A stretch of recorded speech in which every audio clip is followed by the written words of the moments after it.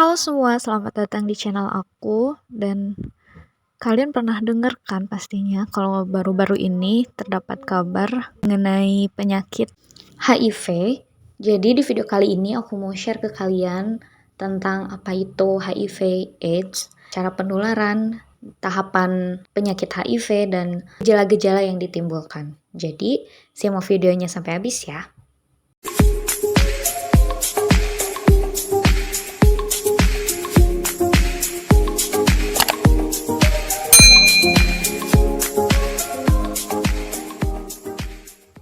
Berdasarkan data dari Komisi Penanggulangan AIDS atau KPA, pada tahun 2021 terdapat data 12.358 warga terinfeksi HIV dan 5.934 diantaranya adalah penduduk di suatu kota di Jawa Barat yang memiliki umur antara 20 sampai 29 tahun. Orang yang tertular virus HIV jika tidak segera ditangani secepatnya maka akan berlanjut ke kondisi AIDS.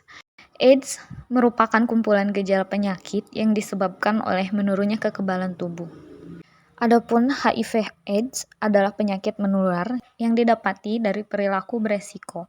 Di antaranya yaitu melakukan hubungan seksual dengan yang bukan pasangannya, menggunakan jarum suntik yang tidak steril yang bisa menjadi media penularan, menggunakan nafza, melakukan hubungan seksual yang beresiko baik homoseksual maupun heteroseksual, penularan dari ibu hamil yang mengidap HIV/AIDS melalui plasenta ke janin, juga dari transfusi darah.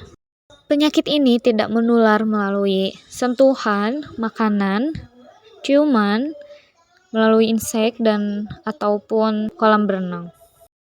Penyakit ini memiliki 4 tahapan, di mana tahap pertama yaitu periode jendela. Fase ini disebut sebagai infeksi HIV asimptomatik, di mana gejala HIV awal masih tidak terasa. Fase ini belum masuk kategori sebagai AIDS karena tidak menunjukkan gejala.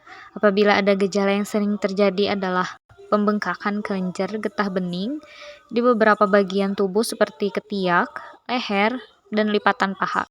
Penderita pada tahap ini masih terlihat normal, namun penderita sudah terinfeksi serta dapat menularkan virus ke orang lain. Maka dari itu, kita harus lebih waspada terhadap penderita di tahap 1 ini karena tidak terdapat gejala namun dapat menularkan virus HIV. Selanjutnya tahap 2. Di tahap ini, gejala mulai muncul seperti penurunan berat badan tanpa sebab yang jelas. Penurunan mencapai kurang dari 10% dari berat badan sebelumnya. Selanjutnya yaitu infeksi saluran pernapasan, infeksi jamur pada kuku dan jari-jari, herpes, gatal pada kulit, dermatitis, radang mulut, dan stomatis yang berulang. Selanjutnya yaitu tahap 3, dan pada fase ini mulai timbul gejala-gejala infeksi primer yang khas sehingga dapat mengindikasikan diagnosis infeksi HIV atau AIDS. Dan gejala pada stadium 3 diantaranya yaitu yang pertama diare kronis yang berlangsung lebih dari 1 bulan, penurunan berat badan kurang dari 10% dari berat sebelumnya, demam yang harus hilang dan muncul selama lebih dari 1 bulan, infeksi jamur di mulut, muncul bercak putih pada lidah yang tampak kasar, berobak dan berbulu, tuberkulosis paru, radang di sekitar mulut, penurunan sel darah merah, darah putih, dan trombosit. Yang terakhir yaitu tahap 4, merupakan stadium akhir untuk AIDS yang ditandai dengan pembengkakan kelenjar limpa di seluruh tubuh dan penderita dapat merasakan beberapa gejala infeksi oportunistik yang merupakan infeksi pada sistem kekebalan tubuh yang lemah.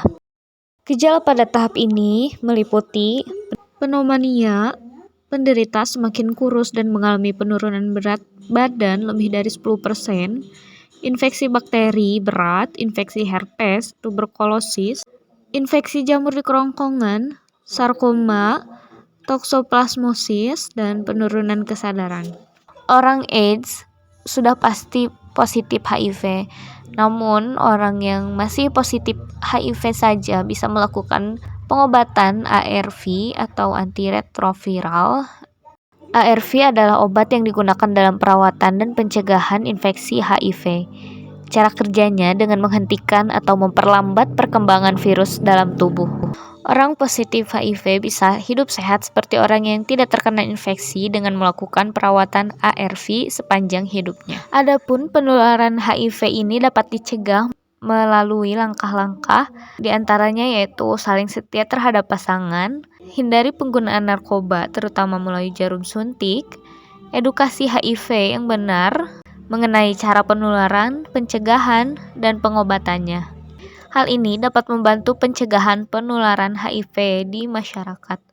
Semoga kita diberikan kesehatan dan dijauhkan dari penyakit ini.